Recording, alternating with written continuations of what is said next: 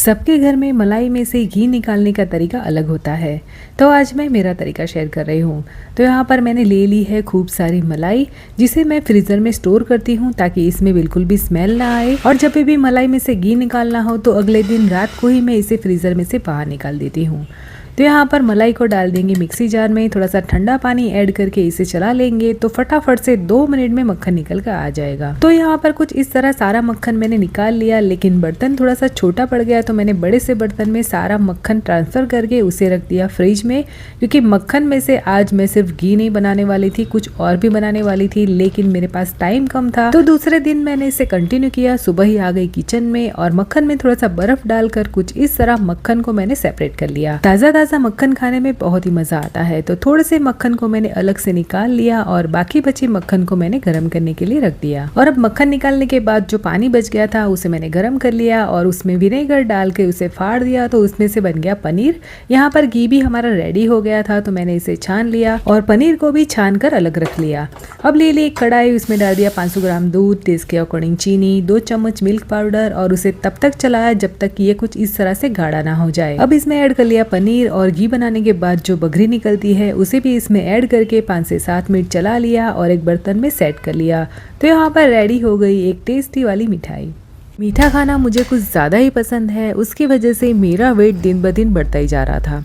तो मैंने सोचा कि चलिए थोड़ा सा वर्कआउट कर लेते हैं, लेकिन सिर्फ वर्कआउट ही काफ़ी नहीं है, खाने पीने में भी थोड़ा सा कंट्रोल करना पड़ता है। लेकिन मुझे मीठा इतना पसंद है कि मुझसे तो बिल्कुल भी कंट्रोल नहीं होता है। तो मेरी मीठा खाने की क्रेविंग्स को शांत करने के लिए आज मैं बना रही हूँ चॉकलेट्स, जिसमें बिल्कुल भी मीठा नहीं पड़ेगा और साथ ही में वो बहुत ही हेल्दी और प्रोटीन रिच होगी। तो यहाँ पर कुछ ड्राई फ्रूट्स को मैंने थोड़े से घी में अच्छे से भून लिया है। अब एक मिक्सी जार में खजूर, भुना हुआ चना, रोस्ट किए हुए ड्राई फ्रूट्स, थोड़ा सा कोको पाउडर डालकर अच्छे से चला लिया है। और अब इस मिक्सचर को डाल दिया है एक बोल में, साथ ही में ऐड कर लिया है थोड़ा सा हनी और मेल्टेड डार्क चॉकलेट। और अब हाथों से अच्छे से मिक्स करके इस तरह की छोटी छोटी गोलियां बना ली है और सिलिकॉन मोल्ड में इसे डालकर अच्छे से प्रेस कर लिया है। बाकी बचे मिक्सचर को पार्चमेंट पेपर लगाए हुए एक कंटेनर में डालकर उसे भी अच्छे से प्रेस कर लिया है। अब इन सबके ऊपर थोड़ी सी मेल्टेड डार्क चॉकलेट डालकर अपने हिसाब से गार्निश कर लिया है और फ्रिज में 5 से 7 मिनट के लिए सेट कर लिया है। और अगर आप चाहें तो बिना मोल्ड और बिना चॉकलेट के भी कुछ इस तरह के लड्डू भी बना सकते हैं, जो मैंने बचे हुए मिक्सचर से बनाए हैं। ये भी खाने में बहुत ही टेस्टी लगते हैं।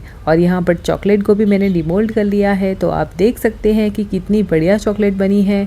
देखने में जितनी सुंदर लग रही है ना, उससे भी टेस्टी ये खाने में लग रही थी। तो अगर आपको भी मेरी तरह मीठा खाने की क्रेविंग कुछ ज्यादा ही होती है तो आप भी इसे जरूर से ट्राई कर सकते हैं।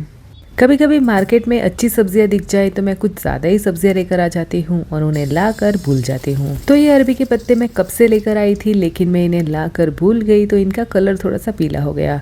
तो सोचा कि चलिए आज ही इनसे कुछ बना लेती हूँ, वरना ये खराब हो जाएंगे। तो यहाँ पर अरबी के पत्तों को अच्छे से धोकर पोंछ कर इनकी नसों को मैंने इस तरह चकनाचूर कर लिया और अब इन्हें कुछ इस तरह फोल्ड करके एकदम छोटे छोटे पीसेस में कट कर लिया। अब एक खलबट्टे में अदरक, मिर्च और लहसुन को थोड़ा सा नमक डालकर कूट लिया। नमक डालने से लहसुन इधर उधर उड़ता भी नहीं है और एकदम बारीक पेस्ट बन जाता है। अब एक बर्तन में तकरीबन 1.5 कप बेसन, 2 चम्मच चावल का आटा, नमक, हल्दी, धनिया जीरा पाउडर, तिल और अजवाइन को इस तरह मसल कर डाल दिया। अदरक, मिर्च, लहसुन का पेस्ट, 2 मुट्ठी भर के अरबी के पत्ते, थोड़ी सी सौंफ, 2 से 3 चम्मच भर के इमली की चटनी, 1 चुटकी खाने वाला सोडा और उस पे निचोड़ दिया थोड़ा सा नींबू का रस।